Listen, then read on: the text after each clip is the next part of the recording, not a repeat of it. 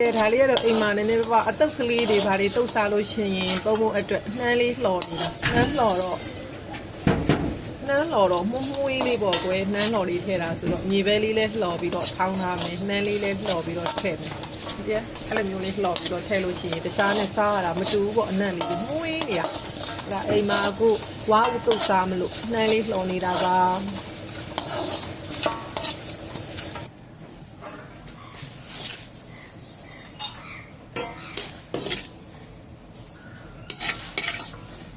ကဲ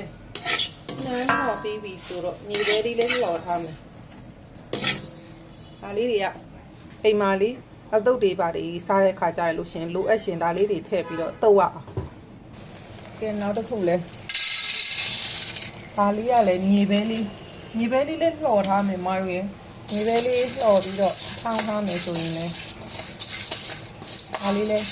ဒီနဲ့လေးမှုေးပြီးတော့အတုပ်လေးပဲတုပ်စားကြိုက်တာလေးလုပ်စားပေါ့စားကောင်းပါပေါ့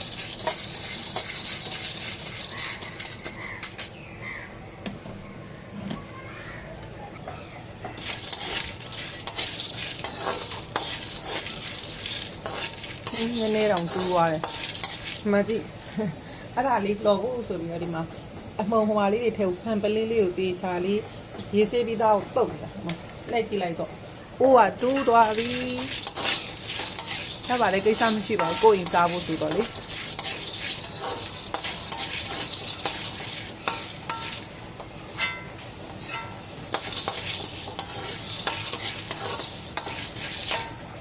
ကဲဒီလောက်ဆိုလို့ရှိရင်ရပြီအနံ့လေးမှုေးသွားအောင်မရရဲ့ဒါစီနည်းနည်းလေးလှော်ထားတော့ကြာလဲထားခံတာပေါ့